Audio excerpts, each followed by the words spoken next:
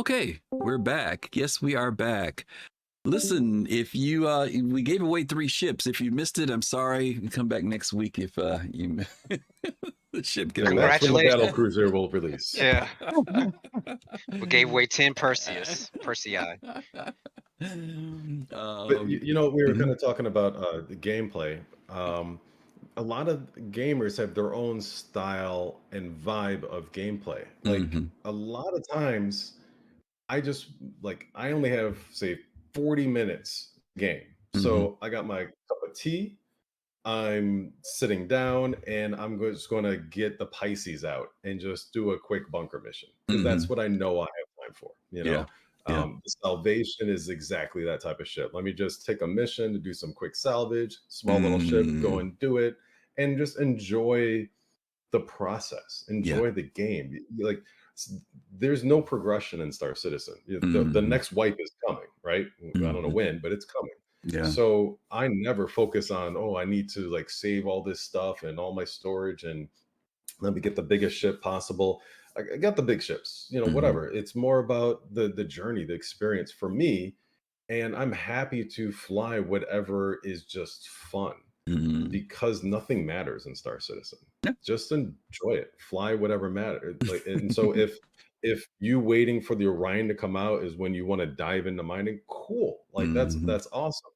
For me, I'm going to be mining for 5 years before the Orion comes out. You know, it's taste and preferences. And I think the Salvation and all these other starter ships are great alternatives for people that just want to play the game, right? And don't really care about the progression. Straightforward and to the point. And I think the other thing that I want to say this real quick is I love the fact that, you know, there's been this wave. Kimmy, I know I heard you on one of your shows talking about this. There's been this wave of people being concerned about solo players, right? They felt that CIG was putting all this emphasis on multi-crew. And what does they do? Lo and behold, they turn around and present these single player ships, the Ox and the Salvation, these ships that you can go out there as a solo person and do something in, right, Kimmy? Is pretty much what's happening, right? Yes. It's speaking now to the core industrial or the foundational pieces of the gameplay. Like now we're on the precipice of crafting, but let's go back a little bit. They introduced mining. They made strides with mining, and then all of a sudden there's the salvage aspect. Medical is going to be it's starting to dip its toe into the environment of what's to do, and then you see a lot of content creators showing you or showing potential players, hey, look, you're able to do these things, and now you're able to make UEC off of it. And also cargo running has kind of revolutionized as well. It's a little different from when it started, where it's basically get in a ship, fly, shoot some things, come back and land, as opposed to, hey, wait a minute, you're scraping that, you're putting it in the box, you're putting it down into the freight elevator, you're going to the station, and I see these millions of dollars being transferred to you. And lo and behold, there's also like gray market sites where people giving or selling UEC now. And now it's you're getting into the game for various reasons. And now these ships are highlighting the fact that, you know, as they get further into the development, oh, now you can craft. Look, I'm not going to say the ship, but yeah, they're looking at that ship and saying, I want to do that. I want to be able to do that in the game and make money. They're making this virtual Alpha United Earth credits in the game, and that's a thing now. As opposed to, I just want to get and fly. So yeah, it's mind blowing. Okay. All right. Let me come right back to you, Kimmy, on the next one. RSI. Ooh, I got volume on this. I forgot to mute this video. Captain Jones, would you mind reading that description there for the Perseus, please? I gotta turn this off so you can read. Hold on a second. I want everybody to get excited. Okay, there we go. All right, Captain Jones, could you read that description for us? Yeah, I don't see the description. Hold on. Oh, you don't have it? That's okay. I can read it. The RSI Perseus, tradition, innovation, evolution. The lineage of RSI goes hand in hand with humanity's journey into the stars. Its noble ships have protected mankind in the farthest reaches of space, and now History and design intertwine once more. A fabled and formidable heavy gunship equipped with astounding weaponry, the Perseus casts its heroic shadow over an ever tumultuous universe. CIG and their wonderful marketing, flowery marketing. DaPoets, I'm sorry, Kimmy, it's on you this time. The Perseus, I know you talked about it a little bit earlier. Just general thoughts.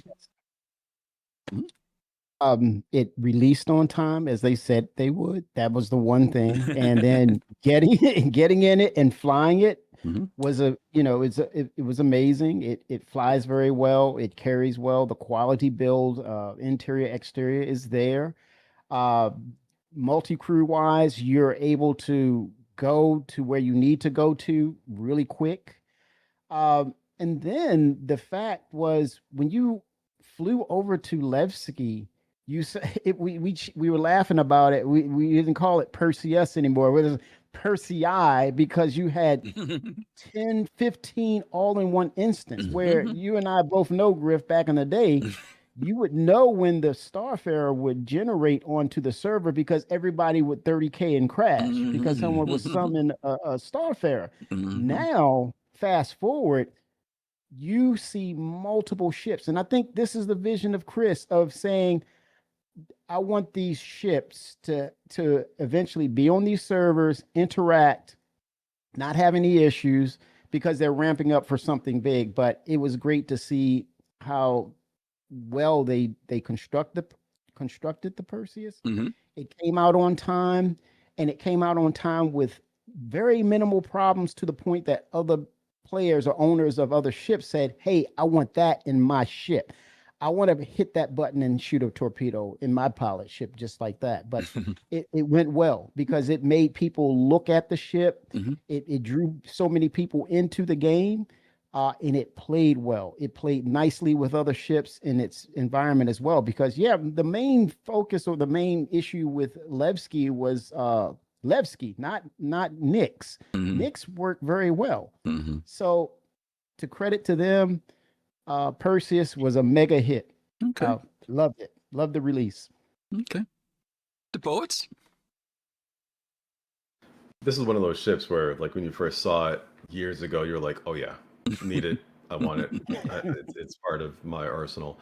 But the thing is, I love the fact that it is like really a multi-crewed ship. You know, yes, you can fly around solo, but you're very limited. And there's actual tactics for flying this ship. Like you need to be able to angle the ship a certain way so that both your gunners actually have, you know, on sight for the whoever's attacking you and all that stuff. I like that, you know, and obviously we're gonna have more ships that come of that nature. For me, like loving, you know, space trucking and mining, this was in my vision this ship where, you know, I have my empire of trading, but my buddies are suddenly in trouble, so I'm like, all right, let's pull the gunship, right? And so we go ahead and deal with whatever we need to deal with. It's squashed, and then we go back to making money, right? That's how I saw the Perseus. And I also saw the Polaris as kind of like that patrol boat as well, where you can kind of use as a headquarters and, you know, kind of guard things, and life can be kind of cool on the ship. But that Perseus, it had one goal, you know, to deal with an issue. And I think that the hype is real. It needs to be there. It's cool. But we need that true gameplay in Star Citizen to make the Perseus really valuable, like really strong. Right now, it's obviously fun to fly. It's fun for everybody to come and see the new shiny ship, the new skins, all that good stuff. But man, we truly need that content where you're just like, okay, let's pull the Perseus. Let's pull it like every hour. You're just like, all right, let's pull it again, you know, because there's something going on. I personally don't see it being used often in my repertoire with my crew, the main crew, just because of that lack of, okay, what are we going to do next with it? True sandbox activity, we can make the fun as well. But I want to see where this where Nyx really takes us, you know, doing that was it the X-wing, tunnel run type of thing, and Yeah. find the Van Duel. I think that's an inkling of what we really are going to be able to do. And then plus years down the line, when we have space station building, I do think that Perseus is really going to be key for a lot of those battles as well. So, Okay. but when you have to, when you build it, they will come. Mhm. Perseus is here. They can refine whatever they need to refine. The gameplay teams, they can be like, okay, these ships can do this, that, and everything else. This is the gameplay now that we're making for these ships, and the future ships are going to be coming as well. So, but marketing team did an amazing job. I love the fact that they went through the hammerhead in that shot. That's awesome. Yeah. And Yeah. I love this ship. I just wish I had more reason to fly it. Yeah. I agree with you. The marketing did a great job. The crush, the ship coming through from the old concept image, and then of course bringing the captain from the Polaris back too, from the Polaris commercial, was also nice. Captain Jones, you being the Idris owner, I'm going to go to you now because the Idris is also in this video. Your thoughts on the Perseus? Yeah, I mean, I think the Perseus was great. It came out, like Kimmy said, on time and high quality. That quality that you do expect from a RSI ship. So Mhm. no complaints there. It came out so good that it was like the meme when you're looking over the shoulder. People started looking and being like, "Why can't my ship look like this and play like this?" So a great job on the Perseus. I do think that can you find some gameplay with it with maybe certain patrol missions or ERTs, but to DaPoets' point, until we get that combined arms mission with the Van Duel, I don't it, I don't really see much use for it now. It was fun to pull it out, the shiny new toy when we first got it, but in reality, you can probably do most content without it. But it will serve a good purpose in the future. And for those ships, I've flown it in group sessions where it's with a Polaris or it's with the Idris. Um, it's a good complement to those ships. Mhm. Each one of those ships have strengths and weaknesses, and having a ship like the Perseus can kind of fill that in. Yeah.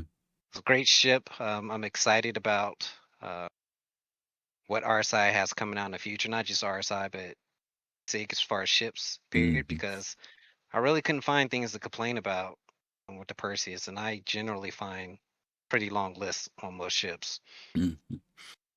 I was going to say, for me, this ship, I always thought it was a cool ship, but it was pricey when it came out to me because the Polaris had come out, then this came out. And I was like, man, the price point between these two ships is so much different. The Perseus, that seems a little bit overpriced for me. But the one thing that I did start to appreciate about this, the more we got closer to its release, was I felt like this ship was the ship that people wanted the Starlancer TAC to be, but it's not as much as a Polaris would be.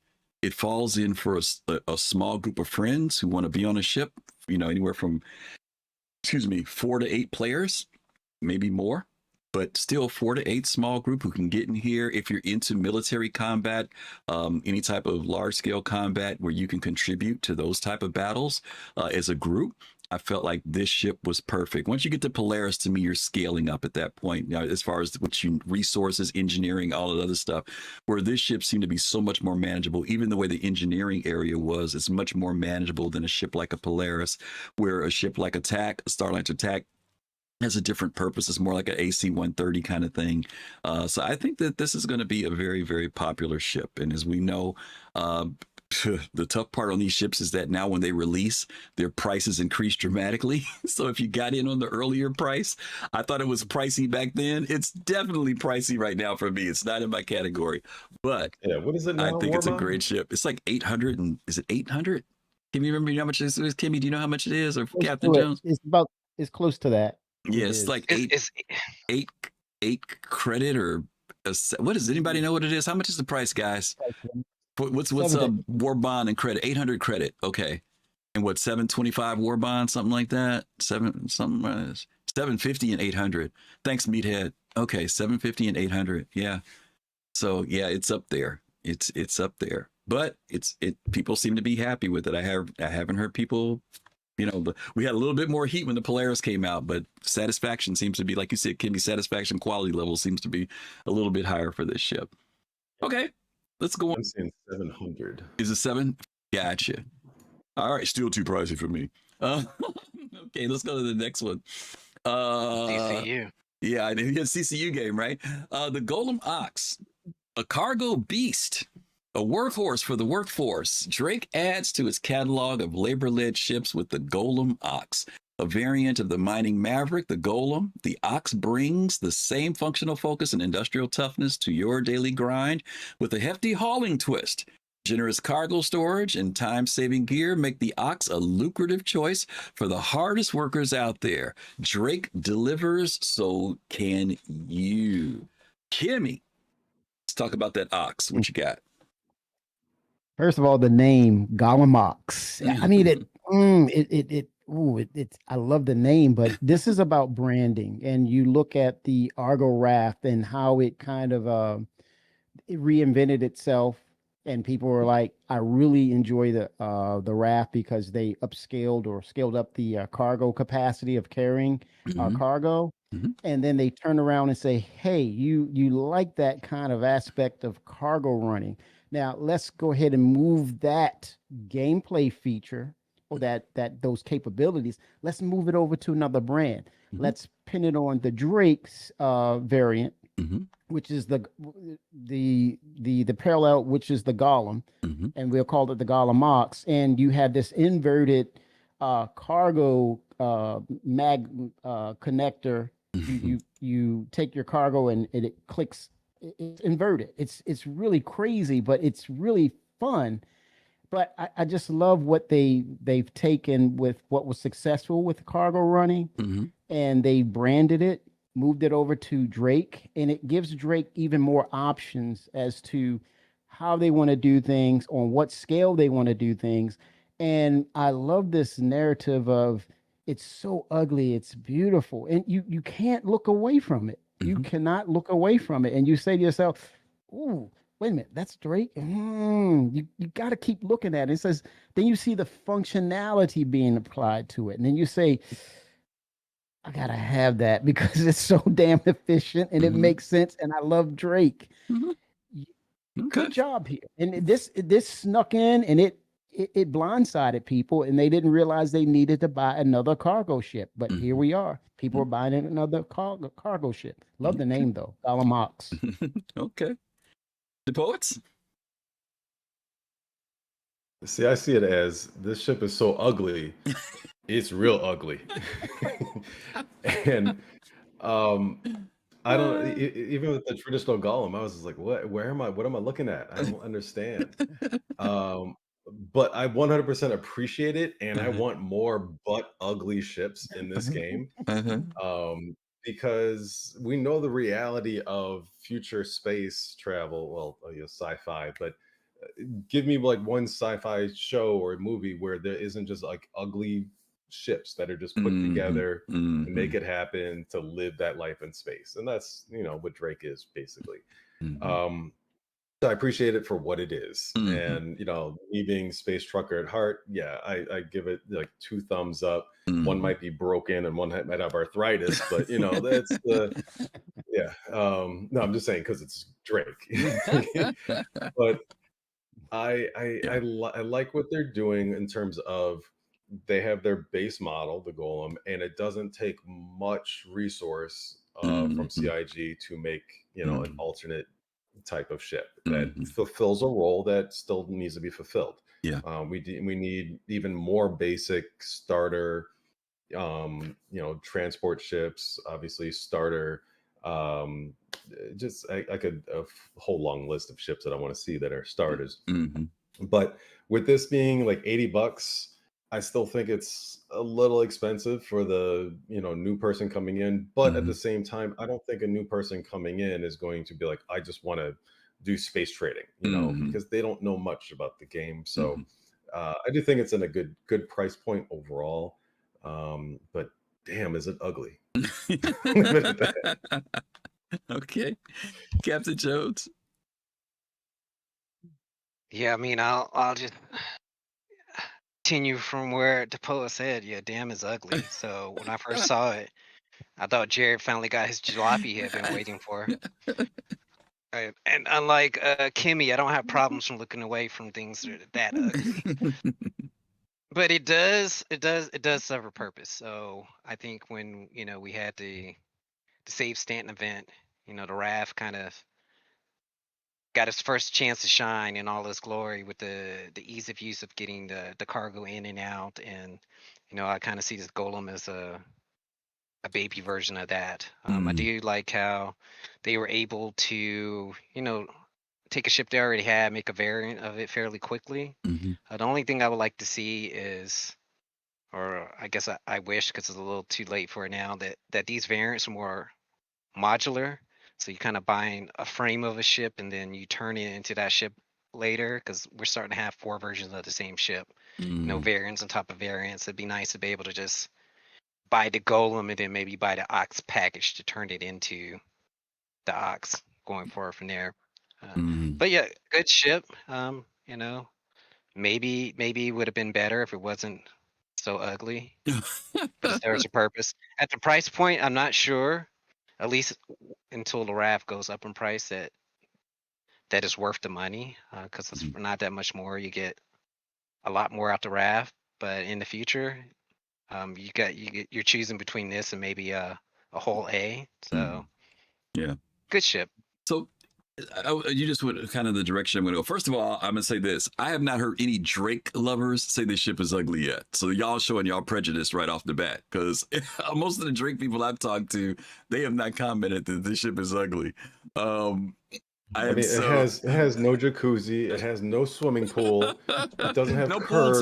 pool table. I know. No piano even, like RSI piano. I know.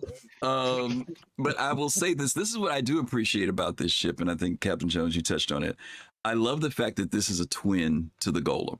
I think you said it's about the branding, Kimmy. The fact that not just the economics of making a ship off the same frame, but the fact that you could see these two ships working together. If someone's out doing salvaging, they're going to need that. They don't have to, but obviously they can become more efficient if they've got that ship there that's also taking those containers off and taking them in while the person continues to work.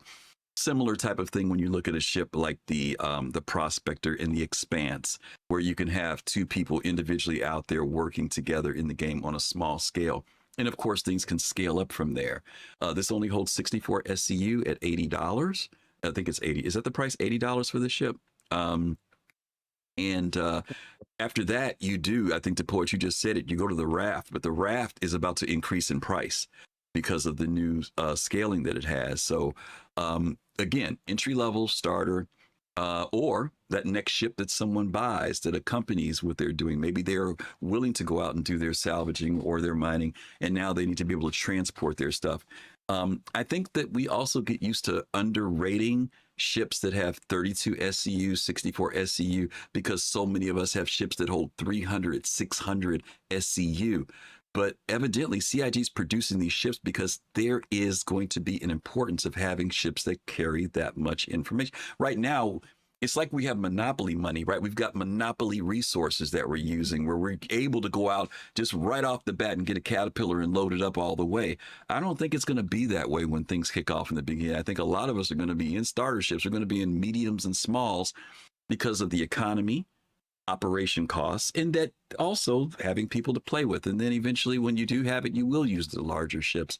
But the fact that CIG is going in this direction with these smaller, not just starter, but just ships that aren't these hulking masses, which in the beginning, almost every freaking half of the ships we had were these big monstrosities.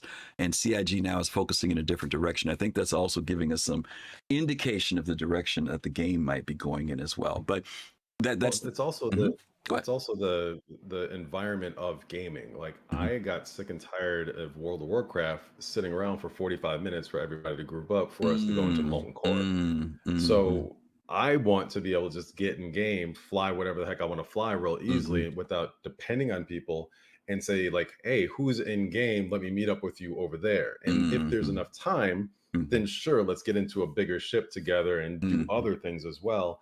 But real life is real life. People are going to be like, oh, I got to go, the baby, or got to go to work and all that stuff. So CIG, I think, has that vision of, hey, we need to make sure a lot of solo players can just get in game, still group up easily, but not have to worry about that 45-minute, let's all up somewhere, and then we can start playing the game, right? Yeah. Because they're already fine-tuning that with us being able to just load up inside of our hangars now. That's cool. That's saving me a good 20 minutes, 20% of my free gaming time right now, rather than running and train and all that stuff, and then the train yeets me into outer space and gotta start all over again, so That's fair. they I think they understand that we need to make sure that people can get in game, get their good 45 minutes to an hour in, and then get out. Okay.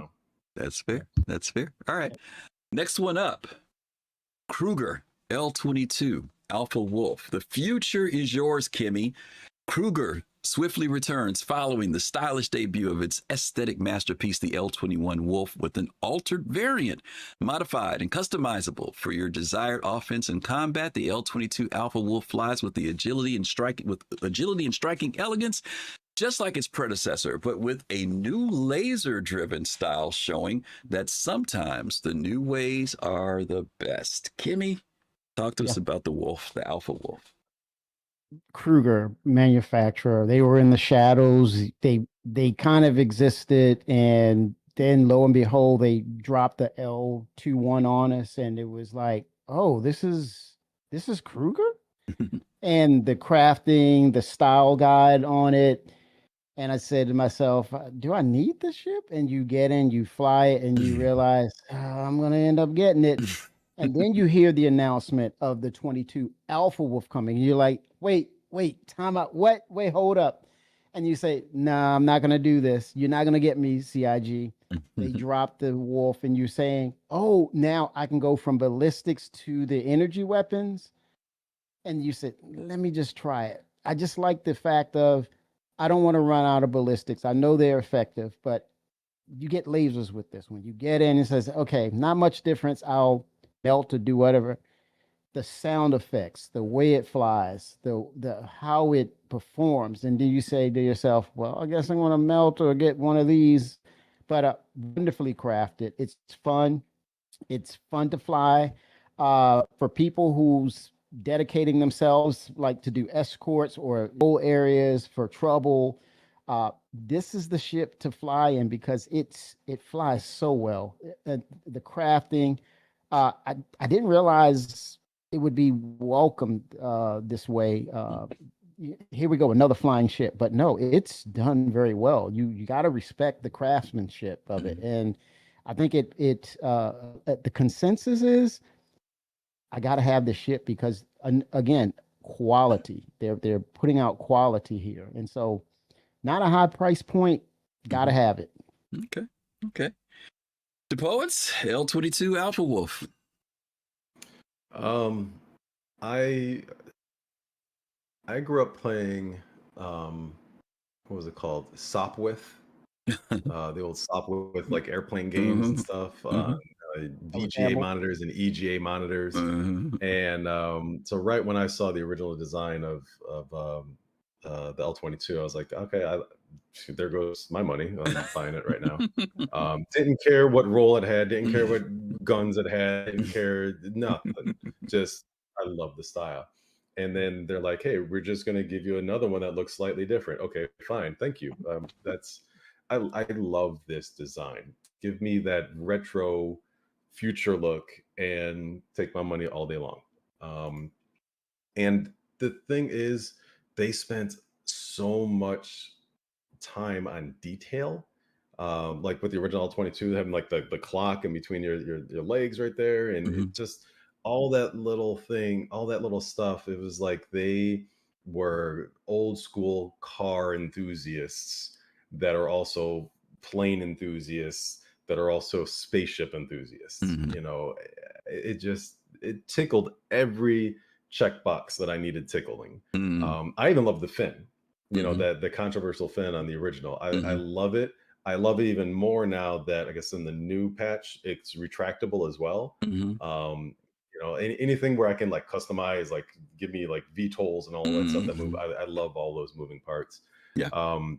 I didn't care as much about the guns being interchangeable. that's just me because space trucker minor. Mhm. But the fact that like what you're showing right now, the look of this ship and how everything just kind of folds out and it's all smooth and great lines and aggressive curves, um, that's passion right there. That's Mhm. people that the design team, they love this ship. Mhm. And I just look forward to just spending more time just kind of flying around different planets once, oh man, once planet tech really drops, Mhm. flying these ships along like mountainsides, like cliffs, Mhm. going like up cliffs like Top Gun and turning I can't wait. Yeah, I'm giddy. you're in. Yeah. Okay. Listen, I got to say this real quick. I'm mad at y'all, chat. Y'all stop humoring the old man. Y'all didn't tell me the wrong video was playing all that time. Y'all next time tell me if Oh, I'm I playing the thought you wrong got video. excited. I No, know we had to not go with you, the not clipper. you guys, but usually chat is on it. It's like, Griff, that's the wrong video. But I had the wrong video running that whole time. So anyway, the wolf is up now. I poor Kimmy, he had to talk around over the wrong ship all the time. Captain Jones. Captain Jones, let me come at you because these two guys have given comment. I'm gonna give you a little something else so you could still comment from that. They did do something different with this one. When we heard about the L21 or 22 Alpha Wolf, there were people wondering, what's the price point going to be? Will it be better than the 21? Will we be able to upgrade to it, or CIG going to block us from doing that? But then CIG did something that wasn't in the notes that we didn't know about, and that was the release of the kits that came along with it, so that people could adjust their guns accordingly. You think that was a smart move? Do you think it? I mean, I haven't heard a lot of sand about this ship coming out. I've heard a lot of good stuff about it. I've heard some people say it's a nice ship, but I like the 21. I've heard people say the 21's a nice ship, but I like the 22. What are your thoughts? Yeah, so I mean, I love the Wolf, both versions of it. Mhm. Gorgeous ship. And this really goes back to what I was saying about variants. So, do I think it's great that they released the kits? Mhm. Yeah, yeah, absolutely. And are there some differences between the Wolf and the Alpha, larger Mhm. missiles, things like that? So yeah, they're slightly variant, but really when it comes down to it, they could have easily been the same ship. Mhm. And then you sold us the kits. You could have sold us Mhm. the kits for the guns. You could have sold us the Mhm. kits for the fins. Mhm. You could have sold us the kits. So do I love the Wolf? Mhm. Absolutely. Do I wish that it wasn't two ships, Mhm. especially once they sold the kits? Because once they sold the kits, it made me really think about it. So before it was like, you know, one's ballistic, one's energy. I get it. But Mhm. then now I got kits, so now I can make the ballistic energy and the energy ballistic. And now it's making me question Mhm. why I have both ships. Mhm. Yeah, yeah. Somebody, I don't remember who was in chat, but whoever it was, they said it, something that made me kind of chuckle when they said it. They were like, yeah, well, you could swap out the energy to ballistics, but all the engineering and batteries and stuff in the back are designed for energy. How's it working for the ballistic? I said, it's all marketing. Don't worry about that. So it's kind of funny when if you start thinking that deep into it. It's just interesting that they did do the kit. I think the kit maybe did stifle some things because there were people who have a 21 who said, I just want to get the cannon so I can do energy as well. And then there were people who went the other way, people who bought the 22, but they said, hey, I want to be able to have access to the ballistics. So I get it. It's kind of weird, but I think it did satisfy some different people's attitudes about this ship. And if you wanted to buy two, you bought two. I bought two because I like the luxury. I like the two different styles. Personally, I do. I like the one with the crazy wings in the back. I like the ones with the crazy fin on the bottom. I like them both. The poets, I'm like you. I got the nice shiny slick, for my little luxury side of my flying. That's what I got these. Okay. But that's the Kruger. Okay. All righty. Let's go back because I skipped one and unfortunately I didn't mean to throw my guests off. But now they talked about ugly. This ship got the vote for ugly, I think, more than anybody. Even though it wasn't ugly to me, this ship was not ugly. People were with me when I went to the convention center. I said, that ship don't look that bad. And that is the Drake Clipper, which is what we were watching a little earlier. Single pilot, multi-purpose. Seclude yourself and elude expectations. The only path to follow is your own.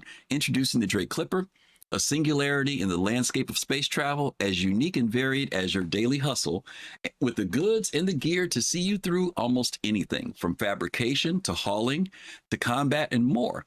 So step out alone and find purpose, adventure, and yourself in this master of many trades, no crew required. No crew required. The Poets coming to you first this time on this one, on the Drake Clipper. The Drake Clipper is my new mini Carrick. Mm.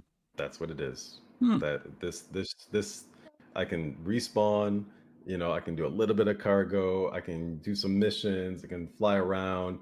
It doesn't look butt ugly like the Golem. I think it looks amazing landed, and it looks slightly ugly flying, because I'm not a fan of like the one wing being the longer than asymmetric the other thing. type of thing. Mm-hmm. Yeah, that bothers me. But when it's landed, I think it's a sexy looking ship. Mm-hmm. And we don't know much about crafting yet. Like, it's all talk until it happens. Right. Like, so I just like the fact that it is there. Yeah. We know the Carrick has crafting, cool. It's got the med bay that I love. This is something that they need more manufacturers to do ships like this. That is just a jack of all trades, does nothing well, just it gives you the exposure to do different things. It has its limits, but true solo pilot, and it looks almost Star Wars like, like the bounty hunter ships. The Razor Crest, the Razor Crest came to my mind too. Yeah, Yeah. Razor Crest. Mm-hmm. Almost. Mm-hmm. So they slapped all kinds of engines on this thing that make no sense. Like, it's kind of cool. Like, it, and the skins, I think they did a decent job on half of the skins for this one. But yeah, like, flying around, I'm like, this thing just looks like it just wants to start spinning because the wings are not symmetrical. So but other than that, like, I love everything about this ship. They spot on, spot on. Kimmy? Wow, I'm not gonna go on a rant with this, but this is some good stuff I have to say about this. And fun facts. In my mind, the first time seeing that silhouette, and I said, what the hell is this? And they did a great job of hiding it, no leaks on it, until it was like finally close to release. And even then, you didn't understand or knew what was going on. But for me, that silhouette burned in my head, and I couldn't get that image out. Let's wind back a few years. Fun fact, this is a real thing. I think I know his first name was David Braben. That could have been him. He was he actually worked with CIG. He did the original Mustang. Prior to that, he worked for Disney. He did the special effects for Robert Downey Jr.'s mask with the UI while he was in the Iron Man mask. Also, he did work with Disney. He did a lot of ships. And he went back to work with Disney. And then it was a moment where Chris was on the stage and he gave some, it was funny. He said David went back to work with Disney, and he stole our idea for the, like you said, the Razor Crest. He used the Cutlass Black and incorporated that into the Razor Crest. So I kind of feel like they're taking that, the Clipper, and bringing it back to Star Citizen, the Razor Crest. But it's beautiful in a sense of how this is their generalist line of ships, where I think they're taking the mold of the Vulcan, where you rearm, refuel, and repair. Now this does medical, it does crafting, and also cargo running. They did Torsten did say, they mentioned at the end of the year we're going to see snippets of crafting where you actually, at this point, tier 0 is you put said required materials into the hopper, and then it will generate and then recreate whatever it is you're trying to recreate. Like, maybe, I think they're starting with armor. So we did see some little visuals of it, but they're going to build up on that. So when we realized that this ship had crafting, I think all of a sudden it started to sell like hotcakes. And then the fact of the matter is, just like in Star Wars, the Sandcrawler, it's built up vertically. You have those levels where you're going up and down. That is insane, but it's a different thought process with our ships. It's very unique. Had to have it, y'all. Now, I agree with the Poets. I'm politicking for a copper color with the green lettering. Also, I wanted I wanted the skin to be that silver meridian livery, so it's all metallic. Mm-hmm. But I love the ship. I love it. Okay. Okay. Thank you. Captain Jones. Yeah, I just want to start off, Griff, remind you when you say something is not that ugly, then it's still ugly. But as far as the concept of the ship, I think it's great. So, it was a generalist ship. I don't think we've had other true generalist ships in the past. Mhm. And it kind of answers that question to what Sig's been juggling in the past with, what am I going to do with the solo players who want to have access to some of these features that you only have access in the bigger cruise ships. So it answers that question completely. If you can do a little bit of everything in it, and it doesn't require any crew, no blades, no NPCs, no running back and forth, no auto counts. Like you can do it all as a solo player if you truly want to lone wolf this. I think it's great. I think it I would have maybe liked to see a different manufacturer because Drake, RSI, Anvil, most of these have a lot of footprint already. Would have been nice to see something like a consolidated Outland or maybe a brand that doesn't have a lot of ships already to kind of put some fresh blood in. But it's our first ship of this kind. I'm anxious to see what else comes out in a similar vein. Okay. Yeah, I would say this is like the first. I mean, I like certain Drake ships. I'm not a Drake person. There are certain ships that they're very functional.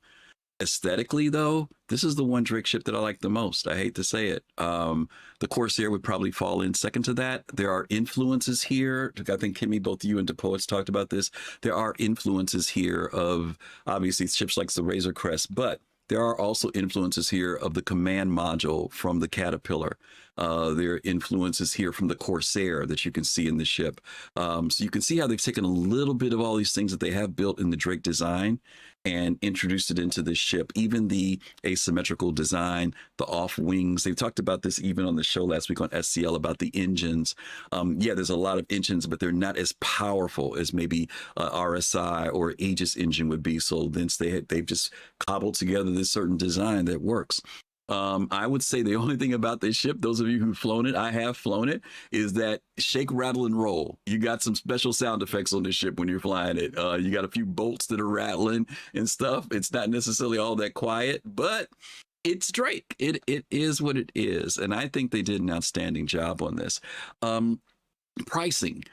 This ship came out a little bit high. Usually when we have ships like this, what we call like an advanced starter, and I'm curious as if this even lands into that category of an advanced starter, and it's the only reason why I'm giving it a little bit of a pass on the pricing. Advanced starters are usually ships that have been running anywhere from $75 to $100. This one's $135 or $125, something like that. The reason why I say that I wouldn't put this as an advanced starter is that it introduces two other elements that most of us are experienced use, and that is the med bay and the crafting.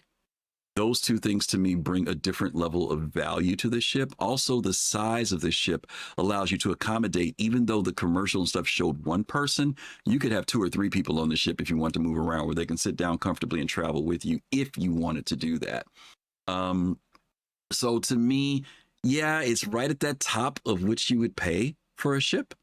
I know, Togi, you think it's too expensive. For a dude who has as much money in this game, I'm surprised you even worried about expenses. But I do say that this falls just a little bit outside of what I would consider an advanced starter, just because it broadens you beyond just the basics of what you would do in this game, and it gives you access to a lot of things that you can do as a solo person or with another person with you. So I like it. It's grown on me. It's one of those ships, like you guys know I'm an Origin person. The 400i came out. I wasn't impressed. It's grown on me. I love the 400i's design.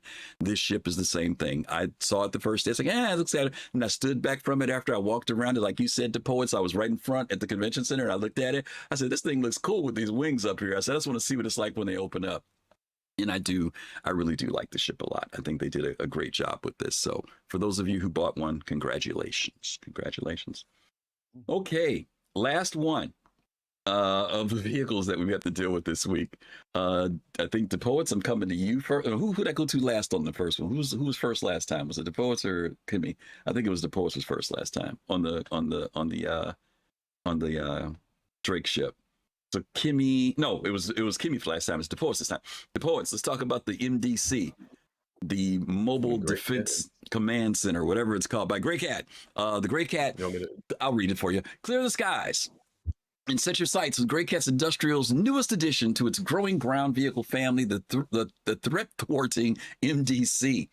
This sturdy rover keeps its wheels on the ground and its aim in the air, and its automated PDT, the first to grace any ground vehicle, takes on incoming ordnance that descends to ruin your day. Okay, yeah. Another functional triumph of Grey Cat and the ultimate ground support for your squad. A lot of questions and controversies about what this thing is supposed to do versus what it's doing right now. So DaPoets, go ahead and hit us up. Tell us about it. When I saw this, I immediately thought about when I'm making my base next to a lake that looks pristine with the sun going down. It's going to have all kinds of automated turrets everywhere.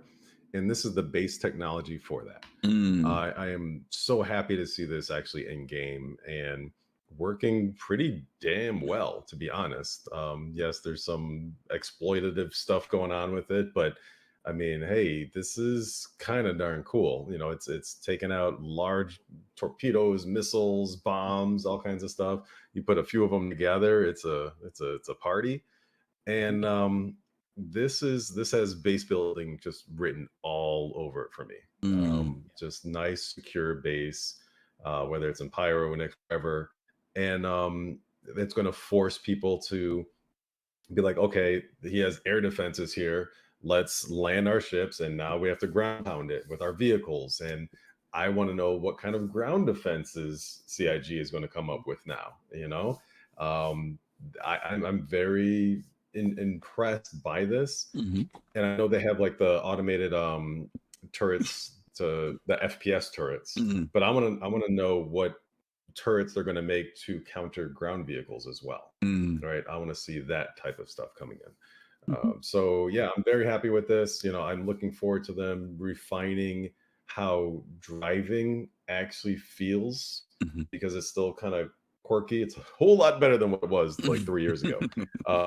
But there still needs to be a lot more refinement to make it more fun. I don't know. I really never understood why driving in Star Citizen was always so wonky when there's so many great driving games out there. And it's just like commonplace to hop in a game, you're driving, it feels great. Star Citizen, not so much. And then you put the parking brake on these, you know, vehicles, they're starting to move on their own. I'm like, where are you going?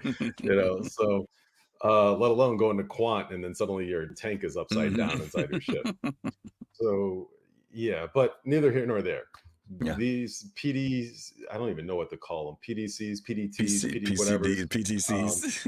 PDTs. Automated turrets, automated guns. I love the tech, and I want to see more of this. Okay. Kimmy? Yep. The personal defense turret. It hits a lot of points of going back to you guys alluded to the single player experience. Imagine trying to, or having someone sit in the seat, they're aiming and they're trying to shoot a target from the ground.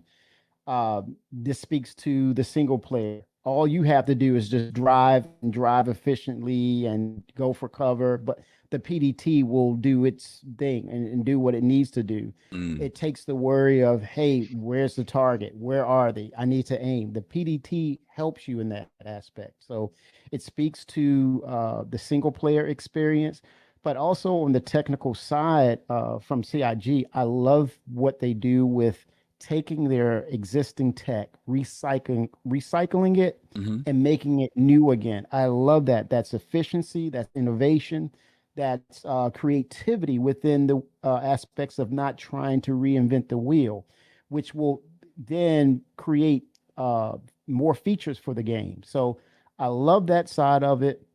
Love that it speaks to the single player who says, hey, I'm not so great with aiming and shooting and driving at the same time. That's multitasking above my or beyond my capabilities. So I love, and to DaPoets' point of, you can look at this as a means or ways of they can scale up defensive measures and tactics when we start to look at base building. But when you want to get out, do your daily driving, you don't have to worry about stuff in the air as much. So I love this little idea right here with the PDT. Okay.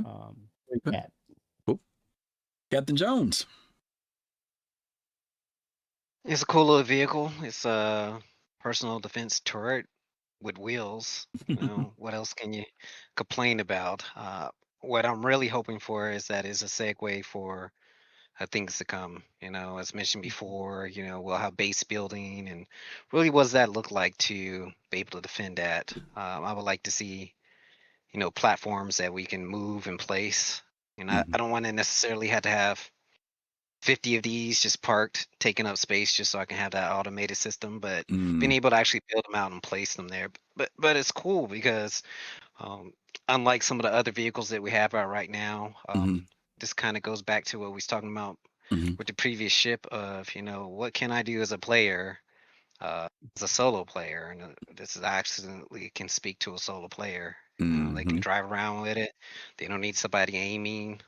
It's going to aim with ships that are above, missiles being fired. It's pretty cool. I'm pretty excited to see what it looks like in Daymar Raleigh coming up this year. I'm sure it'll be pretty popular in this new race. I think it's good. Wow. Okay. Correct me if I'm wrong. One of the things that was there were some problems with this vehicle. Some of them was in relation to what was seen in the commercial. And I think most of you all know one of the things that people saw right off the bat, they kept talking about Jump Town. And one of the first things people were concerned about was someone from an A2 dropping a bomb. And will this thing be able to stop that? And there have been some people who've been out there testing it, and they realize that it can only detect a bomb if the enemy ship has been detected first, and it takes a couple seconds for the bomb to be detected. We know CIG verbally said that that's what it's going to be able to do, even though maybe in game it's not doing it. So I just have to see if that's one of the bugs, one of the things that they will work out. Also, my impression about this vehicle is that, yeah, this is one vehicle, but this is not the only vehicle. When you're doing combined arms, I think DaPoets, you said this, it's not just having this one vehicle outside of your base. It may take multiple vehicles out there. It's a deterrent. It's not necessarily designed to this one vehicle take out your F8 when it shows up, right? But it does become a pain in the butt if you've got 3 or 4 of these out in an area for someone who's flying. And it's not balanced yet. That's the other thing. And again, introduction of armor, all these other factors will become things. I think it's a great idea. I think it is, obviously we're moving toward this idea of base building or things like Jump Town that already exist in the game. One of the things I want to ask you guys about, if I'm not mistaken, didn't they also say there would be kits for these where you could swap out the gun for missiles and also for energy? Am I mixing my stuff up? Crafting variant is coming to pair up. There's a crafting variant, right? The MC, Right. right? MDC, right? But for some reason, I thought that you could change the heads on this. Maybe I got it wrong. I'm getting old. But That'd be good, though. was 'cause missiles. Yeah, missiles. Yeah, Yeah, so right, what- right. There, right. They did say that, right? Yeah, so it's a PDC, PDT. Missile defense. Okay. Those already exist. So They there's a already laser exist. variant So you and a can missile swap them variant. out, right? You can swap them out. Okay, Yeah, that's what I thought. You Okay. can take this one off and put it on your Polaris or Perseus if you want. So it's just another point defense system. Gotcha. So it's all a part of the point defense system. Okay. Very cool. All right. Last but not least, and we're getting ready to do our giveaways in a little bit, guys, so don't go anywhere. I know we're going over a little bit, but stick around because our giveaways are coming up right after this next thing we're going to be doing. Best of show.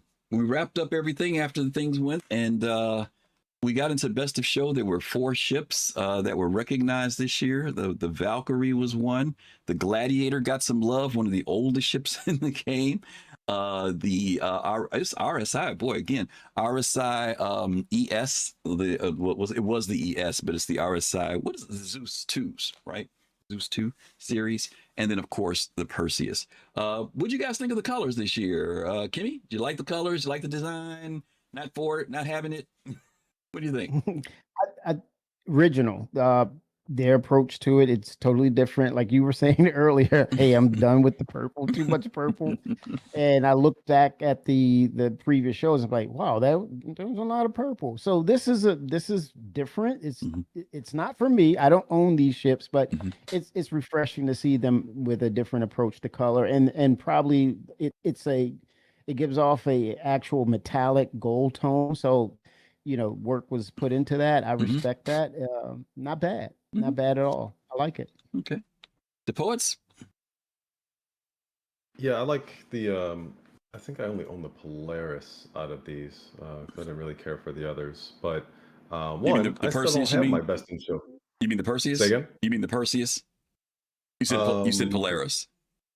oh, I said the Polaris. Oh, okay. Well, Wait a either minute. way, I Wait. haven't I'm got my sorry. skins No, yet. please That is forgive the me. Please Polaris. forgive me. Forgive me. I'm zoning out. It is the Polaris. I said Perseus. Yeah, I'm getting my ships mixed up. Polaris. You're right. no I'm worries, sorry. no worries. Yeah, still waiting on my skin. I haven't got my skin. I don't know where that is. But two, I do like the fact that they changed up the colors because honestly, I'm a little tired of the crayon colors. Mm-hmm. This is more purposeful metallic look. I like it, and it's not like blinding. Like no, this was cool. It'll stand out when somebody's flying this. You'll be like, oh, okay, that's the best in show. May not remember what year it is, but yeah, I like it. Okay. I like Okay. Captain Jones? Yeah, so I thought it was alright just because it's a change of pace. I do like the metallic texture. Mm-hmm. I think when it comes to best in show, um, they could do better. I Mm-hmm. mean, we've had some years better than others, but when you look at the work they put into other paints Mm-hmm. and how great some of the other ones look, and then you look at what they give us, it's supposed to be, best in show, best of the best. I do wish that they would step the game up a little bit with the best in show paints. I collect them as I have them from all the different years, but do I really use them? Not really. Like I Mm-hmm. like to scratch it off the list, but there's always a different paint that I'm gonna fly with. Mm-hmm. I wish they can put a little bit more into the paints, but these aren't so bad. Is it the paint, the color, or the design that you're concerned about? Like a combination. I mean, you could really take any color and make it look good, but they have the multiple palettes and they usually just, go blindly over it with one color. There's no variation in the textures, there's no design to it. Oh, I see what you mean. Yeah, Other than just it color. feels really, yeah, it's really basic. And, I wouldn't know if they didn't give us other examples, but when you look at the other paints that they give us, you're like, wow, that paint looks amazing.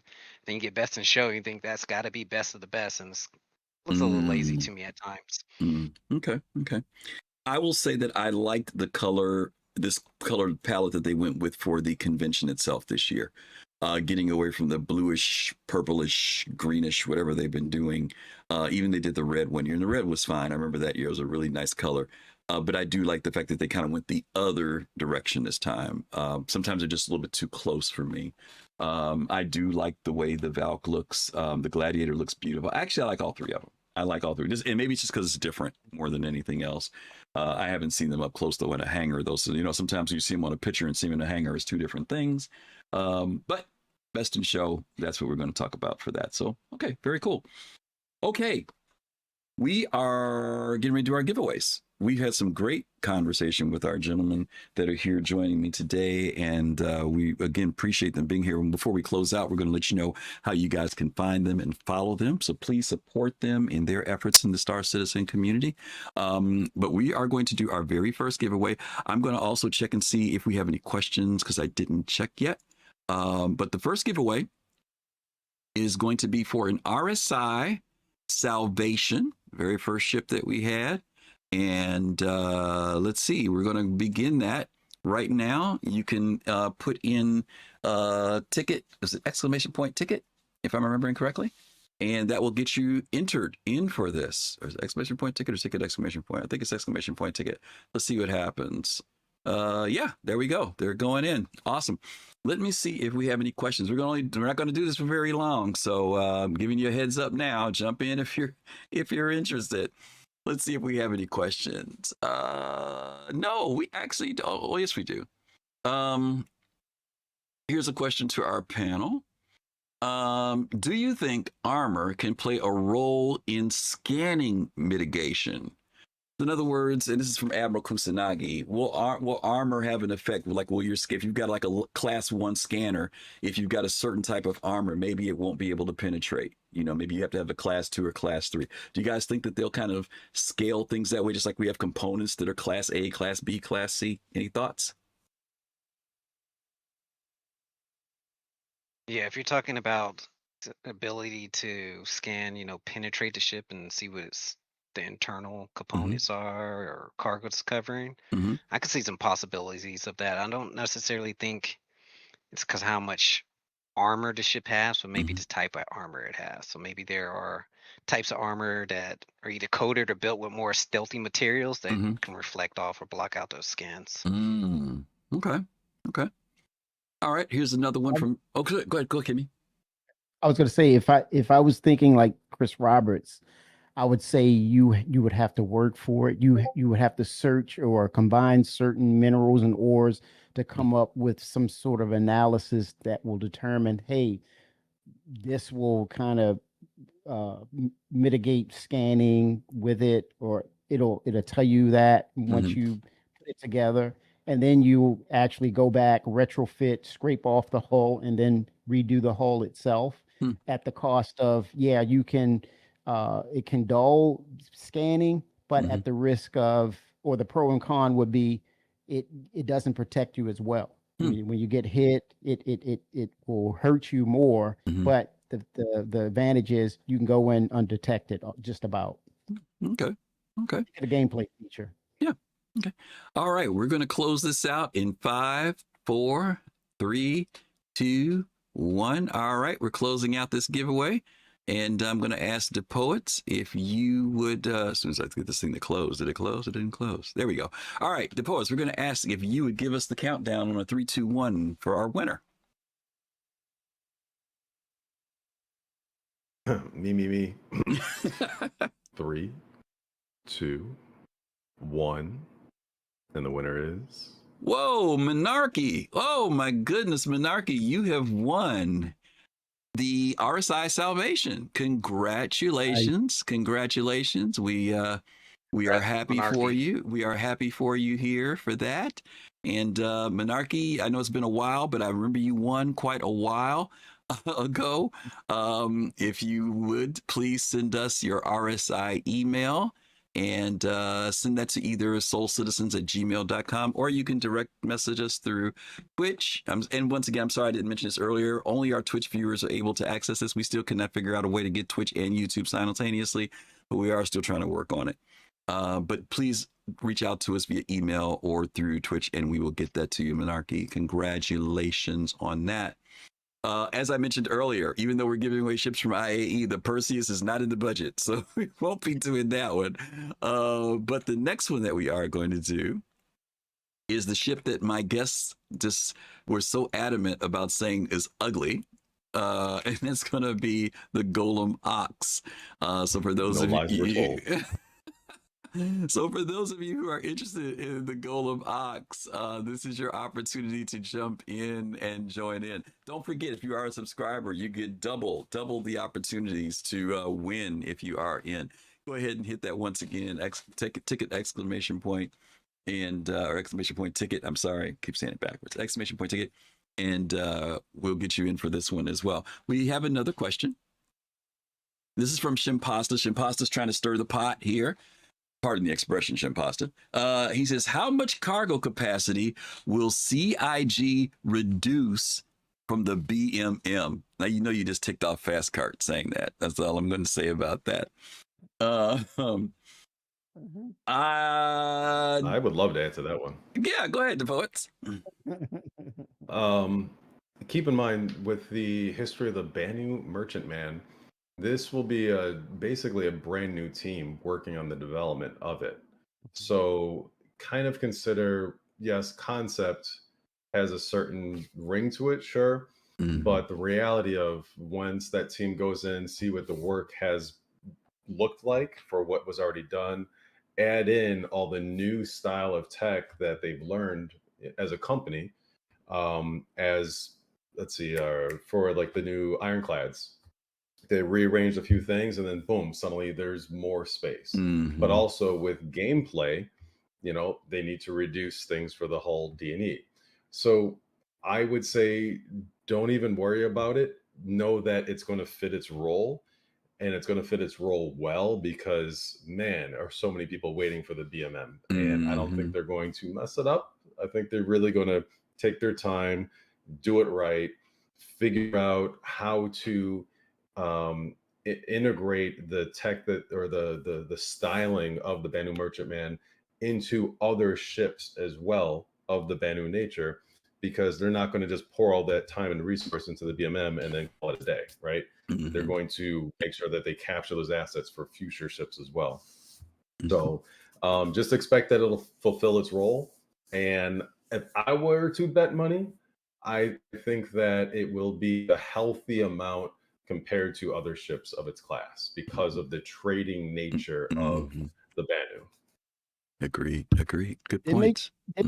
didn't they mention that the Banu Merchantman will be more of a kiosk-based transaction where everything is internal with it? You may see some physicalized aspects of it being stored, but they're realizing new tech with the templates, with crafting, and so there's a chance that it's all based on data, and then as you make that transaction, it's fed from the back end to your user interface and then passed on to you as a object that you purchased or traded on. And so it's more or less, it could be based upon the back end of the inventory structure, or its limitations based on its concept. So it's not so much of now where it's probably a physicalized thing because it's all internal.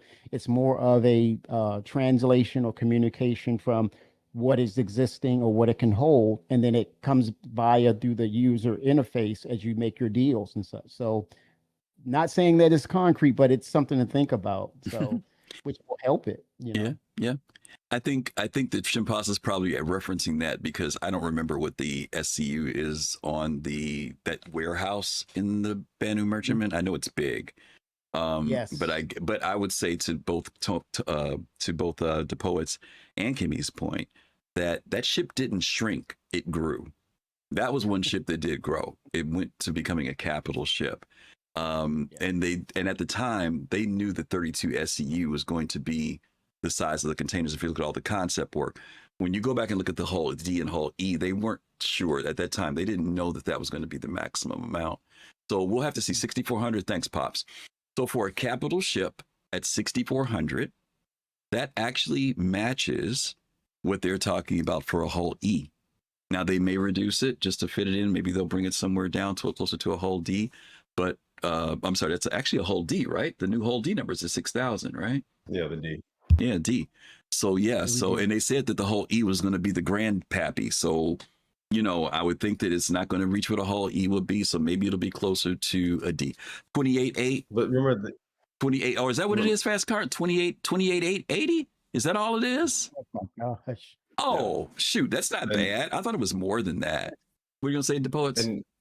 And keep in mind the lore of the Banu and the Merchantman, and please correct me if I'm wrong, but these ships are they're generational ships. Yeah. So they're meant for merchant style of gameplay where you land somewhere, you're doing a lot of trading. It's not a cargo ship, so to say, right? It's a merchant ship that also has teeth. They would take those same ships into war as well. So it's a hybrid warship, cargo ship, merchant ship that is just generational. Yep. So this is going to be different gameplay altogether than what we currently have in game. The closest ship will probably be the privateer, the Kraken privateer sorted with the ships and good amount of cargo and good amount of weapons. But yeah, in lore, this ship and many of the Banu ships, they have teeth. Yep. They pack a punch. Absolutely. All right, we're going to close this giveaway out. I went over by 2 minutes, but I'm going to hit this one. Kimmy, give us a countdown on this one for the Golem Ox. Right. In 3, 2, 1. And the winner is It went by so fast I couldn't see it. Who was it? Username. Did it come up? Replying to that was Mookle. Boom, boom, boom, boom, boom. Stream could no longer enter the giveaway. Stream would mean stream elements. Oh, Shitucky. Shitucky, you won. There you are. Where are you, Shitucky? Congrats. I know you're here. There, he won. Woohoo! Way to go. All right, Shitucky, the thing scrolled by so fast I couldn't see it. Shitucky, you know the rules. Send us your email, RSI email. Send it to soulcitizens@gmail.com or DM us in Twitch, and we will get that out to you. Fastcart will get that out to you today or tomorrow at the latest. Okay? Congratulations on that. Okay. Congrats. Yeah, congrats. Let's see. What's our next one we got to give away? Oh, a Drake Clipper. A Drake Clipper. For those of you who also think this is ugly, you may not be interested in it, but for those of you who maybe don't think it's so ugly, we are going to be doing the drawing for a Drake Clipper. By the way, all these ships are not LTI, 10-year insurance. These are all purchased under IAE. So you do get the 10 years of insurance. If you're a subscriber, once again, you do get to get double the odds of winning. And that is up right now, ! Ticket, if you are interested in the Drake Clipper. We have another question. Let's see. This is Griff, I'm causing trouble. Will you equip your 890 with 6 MDCs? And Pops, you already know the answer to that. For me, that's blasphemy, right? Nothing gets attached to the 890. No tonks, no MDCs. No. Does not happen, okay? So I appreciate your concern. But I actually saw videos of Captain Foxy. Yeah, Foxy was Loxy doing that, and it actually did not work. No, it didn't. No, it doesn't work. And you know why it doesn't work? Because it ain't supposed to work. That's why it didn't work. Okay. Why do y'all always want to blaspheme on my 890? I don't understand that. Okay. Let's see. We're gonna go for about another 15 seconds. If you are interested in the Drake Clipper, this is your time. The one that had the silhouette, as Kimmy said, that fooled everybody. Nobody could figure that silhouette out. Everybody's trying to figure out what the heck is that thing? All right, looked like kind of like a busted up Corsair front, and that was about all we could figure out. Okay. All right, here we go. Colossal, I see you entering. Don't be trying to sneak in here. All right, we're going to close the giveaway out. Captain Jones, would you mind giving us the countdown this time? We know Colossal likes ugly ships, so I'm not surprised. 2, 1, winner. Oh, Senior Mookle. Mook, you won.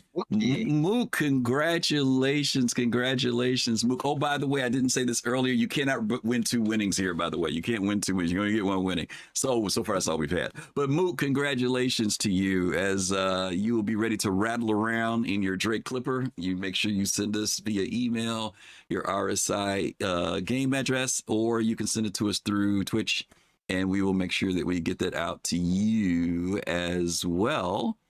Let's see. I forget what the next ship is. The next ship, the Alpha Wolf, for the Alpha person. Let's see. Put that in there. Put that there. Boom, boom. Everybody gets at least 1 ticket. And that's the max tickets. And the subscribers get twice the chance. And boom, she is up. !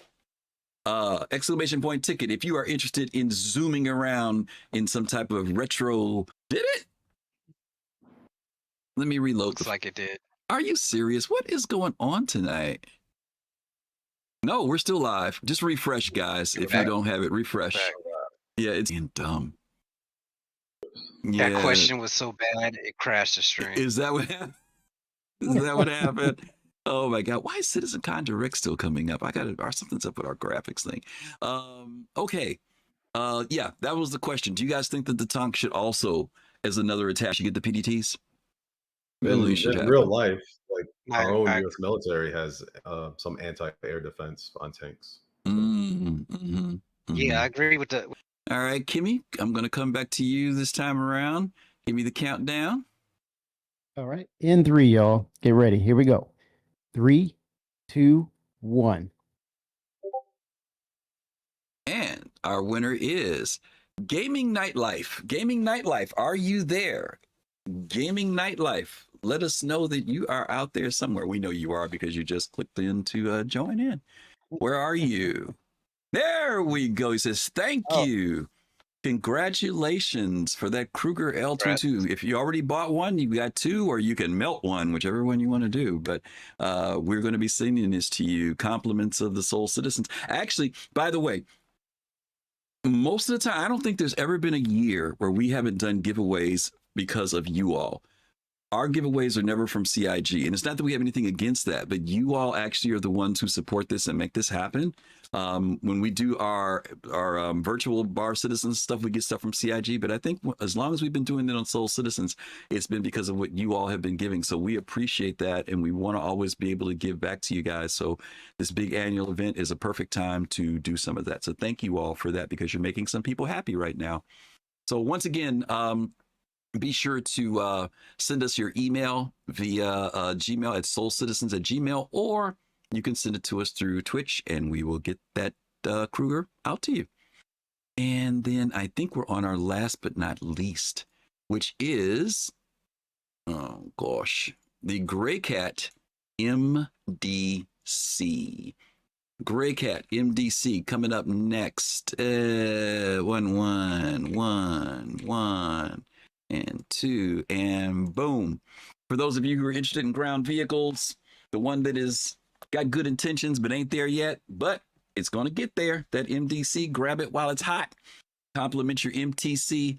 It'll be there ahead of time when you get your, what's the other one called, Kimmy? The MCC, the crafting one. I don't know what they're going to call that one. But if you are interested in that, this is a great time to get it. It can, you know, you guys saw what the video said it was going to be out there to do. So join in on that one.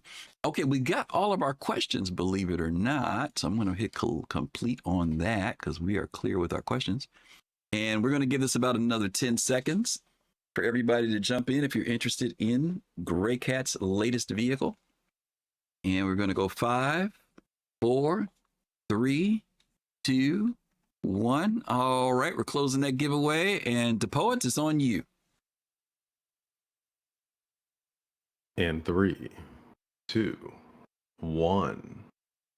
Boom. Nihilus. Oh my God. Nihilus 1868. Nihilus. Nihilus is like, what? Nihilus. Congratulations. Right. Fast Car said rigged. Nihilus, are you out there? You got to let us know. Let's see. Is he there? I don't see it. There he is. He said, wow. All right. All right. All right. All right. Nihilus, hit us up, thesoulcitizens@gmail.com, or directly through Twitch, and we will get your MDC out to you as soon as possible. Hopefully it'll be within the next 24 hours. You guys can drive around in that thing. Okay, we are getting near the end of everything. We have had a great time together with my brothers here tonight. I want to go ahead and talk about what we've got coming up next week. Daz69, thank you for the follow. We appreciate you. And also, I'm sorry, Vaughn, Roma, sorry I didn't see you earlier. Thank you as well for being here. Marzipan, I'm sorry I didn't see you come in. It's another one of our long months. CIGs, thank you, CIG. Thank you for being here. Appreciate you all being here as well. And yeah, just thank all of you all for being here. We really, really appreciate you guys. Talk about what we got going on for next week.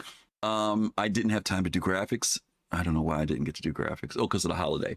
But our next show next week is going to be called Man Your Stations. And we're going to be talking a little bit more, since now that we are going into 4.5 and we're getting notes from Eva Cotty, and hopefully by next week we'll even have it in the PTU for Wave 1. We're going to be talking about this impact of engineering. Please tell everybody once again where they can find you. My major platform is all our Sony TVs, cameras, a lot of PC work with like motherboards, CPUs, work a lot with like Western Digital, building NAS, network attached storage. So a lot of PC content, and then just kind of general lifestyle tech that I find is pretty cool. If I find that it's cool, then a lot of other people say, hey, that's pretty cool. And, you know, run with it. Okay. All right. And Kemi65, tell people about where they can find you. Good stuff. Yes, you will find me just like the name Kemi65. You will see me on Twitch, mainly playing Star Citizen, whether I'm doing bounty hunting, industrial work, or just hanging out, theory crafting and talking about the game in general, there you will find me just having a blast. So check me out. I'm hanging out, having fun. You guys make sure you go see Kimmy. He has a very interactive show. If you like talking about Star Citizen, that's the guy to go talk to. He will talk with you and fly and talk and fly with you. So check out Kemi65 and DaPoets as well. Captain Jones, my brother, thank you for being here today. We got the camera stuff situated. Absolutely. Appreciate you being here with me. Once again, Anytime. you're making Serious Fun proud with that jacket on. You know, he's been smiling all night, and you representing for him tonight. We're going to send you guys over to a good friend of ours. We've been trying to rate him for a while. He's on tonight, finally. Corsair Cowboy. Listen, Corsair Cowboy has one viewer right now, one viewer. So when you all get over there, holla at the brother and tell him that you came over from Soul Citizens. Say, we finally got here. Make sure you say that to him. He's going to chuckle real hard, okay, when you get over there.